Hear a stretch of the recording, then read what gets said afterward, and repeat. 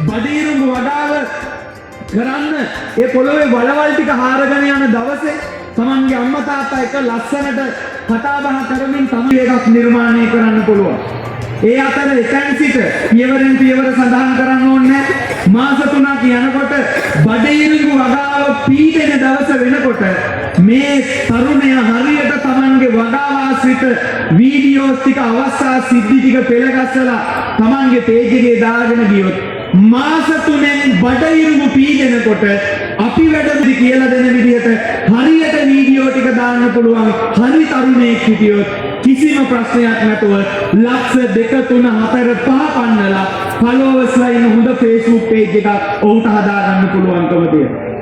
බඩීරුඹ වගාව පීඩනකොට මේ තරුණයාගේ වගාව ඔහුගේ ගමේ පරිසරයේ තියෙන අනෙකුත් වගාවන් ආශ්‍රිත ඵලදාවන් පිළිබඳව රටේ ලෝකේ ඉන්න මිනිස්සුන්ට නිවැරදි සංනිවේදනයක් අර කන්ටෙන්ට් එක හරහා යනවා.